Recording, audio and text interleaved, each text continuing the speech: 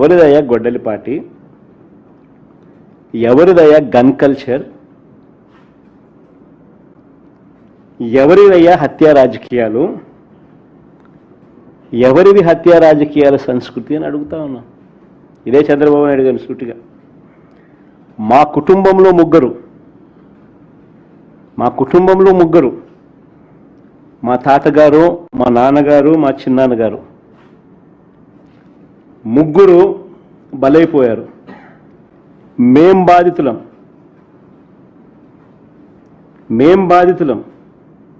కానీ మాపైనే వీళ్ళు తప్పుడు రాజకీయాలు చంద్రబాబు నాయుడు గారు చేయిస్తారు.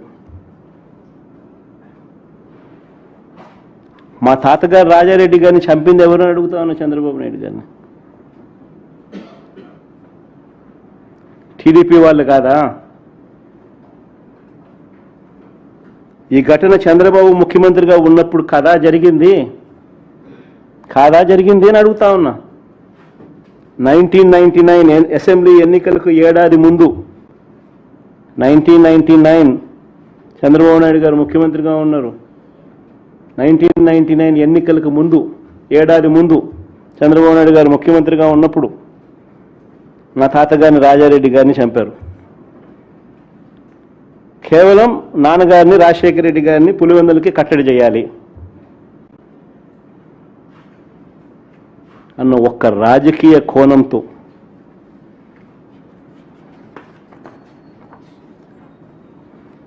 ఆ కేసులో దోషులను బరితెగించి హైదరాబాద్ తెలుగుదేశం పార్టీ సెంట్రల్ ఆఫీస్లో ఎన్టీఆర్ ట్రస్ట్ భవన్లో పెట్టి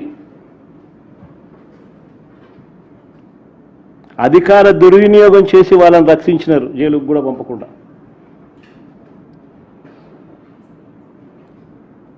మరి ఇది ఎవరిదయ్యా క్రిమినల్ బ్రెయిన్ చంద్రబాబు గారు అని అడుగుతాను. ఎవరిదయ్యా క్రిమినల్ బ్రెయిన్ అని అడుగుతాను చంద్రబాబు నాయుడు గారిని. మా నాన్నగారి విషయంలోనూ అంతే. మా నాన్నగారు చనిపోక మునుపు 2-3 రోజుల కిందట అసెంబ్లీ సమావేశాలు జరుగుతూ ఉన్నాయి. అప్పట్లో ఆ అసెంబ్లీ సమావేశాలు క్లిప్పింగ్స్ ఒకసారి చూడండి మీరు కూడా. చంద్రబాబు నాయుడు గారు అన్న మాట అసెంబ్లీలో, నువ్వు అసెంబ్లీకి ఎలా వస్తావో నేను చూస్తానన్నాడు. చంద్రబాబు నాయుడు గారు అన్న ఈ మాట తర్వాత 2-3 రోజులకి నాన్నగారు చనిపోయారు. Helicopter accident.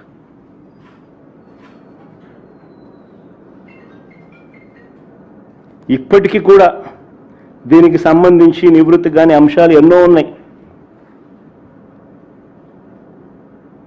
ఎవరిదయ్యా Chandrababu criminal brain అని అడుగుతా ఉన్నా. మా చిన్నాన్న వివేకానంద రెడ్డి గారిని ఇదే చంద్రబాబు ప్రభుత్వంలో హత్యకు గురైన మాట వాస్తవం కాదా అని అడుగుతా ఉన్నా. చంద్రబాబు గారి బావమరిది వియ్యంకుడు బాలకృష్ణ గన్ పట్టుకొని టపా అని ఇద్దరిని కాల్చి పడేయలేదా అని అడుగుతా ఉన్నా. టపా అని గన్ను పట్టుకొని కాల్చి పడేయలేదా అని అడుగుతా ఉన్నా. ఇదే పెద్ద మనిషి బాలకృష్ణ, చంద్రబాబు నాయుడు గారి వియ్యంకుడు, టపా అని ఇద్దరిని లేపేయలేదని అడుగుతా ఉన్నా. ఎవరిదయ్యా గన్ కల్చర్ అని అడుగుతా ఉన్నా. ఆ తర్వాత సాక్షులు ఉండకూడదని చెప్పి ఆ ఇంట్లో ఉన్న వాచ్మెన్ను, అంటే వాళ్ళ ఇంట్లో ఉన్న వాచ్మెన్ను బండరాయితో మోది చంపారు. వాచ్మెన్ను కొద్ది రోజులకే, ఈ ఇన్సిడెంట్ జరిగిన కొద్ది రోజులకే ఆ ఇంట్లో ఉన్న వాచ్మెన్ను బండరాయితో మోది చంపారు. వైకాపాకి ముద్దుగా ఒక కొత్త పేరు పెట్టిన గొడ్డలి పార్టీ. జగన్ ఎందుకో కొంచెం ఫీల్ అయ్యాడు దానికి. ఆయన అడుగుతున్నా, రపరప అనింది ఎవరబ్బా? రపరప అని ఎందుకు భయపడుతున్నావు భయ్? ఆనాడే చెప్పా, సినిమా మీరు తీస్తే ఎండ్ కార్డ్ వేసే బాధ్యత మా పసుపు సైన్యాందని.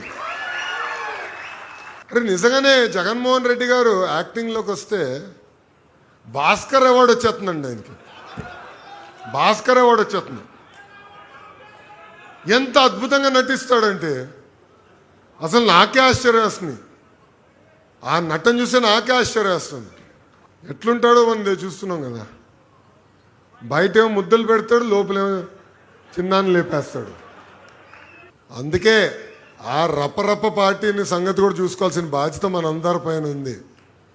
ఆ రపరపోలు చెప్తున్నా, అన్నీ చూస్తూ మేము ఊరుకోరా భయ్. మీరు రపరప అంటే మేము తగ్గుతాం అనుకుంటున్నావా? జగన్ గారిని చూసినా, వాళ్ళ తండ్రి గారిని కూడా చూసినా ఎవ్వడు మమ్మల్ని పీకలేకపోయాడు. మీరు ఒక లెక్కనా అని అంటున్నారు. జగన్మోహన్ రెడ్డి గారికి ఒక మంచి పేరు పెడుతున్నారు, బెంతాహై. బెంతాహై 3 రోజులు బెంగళూరులో, 1 రోజు తాడేపల్లిలో, 3 రోజులు హైదరాబాద్లో. అందుకే ఆయన జగన్మోహన్ రెడ్డి అన్నది ఇప్పటి నుంచి బెంతాహై అన్న ముద్దుగా మీరు పిలవండి.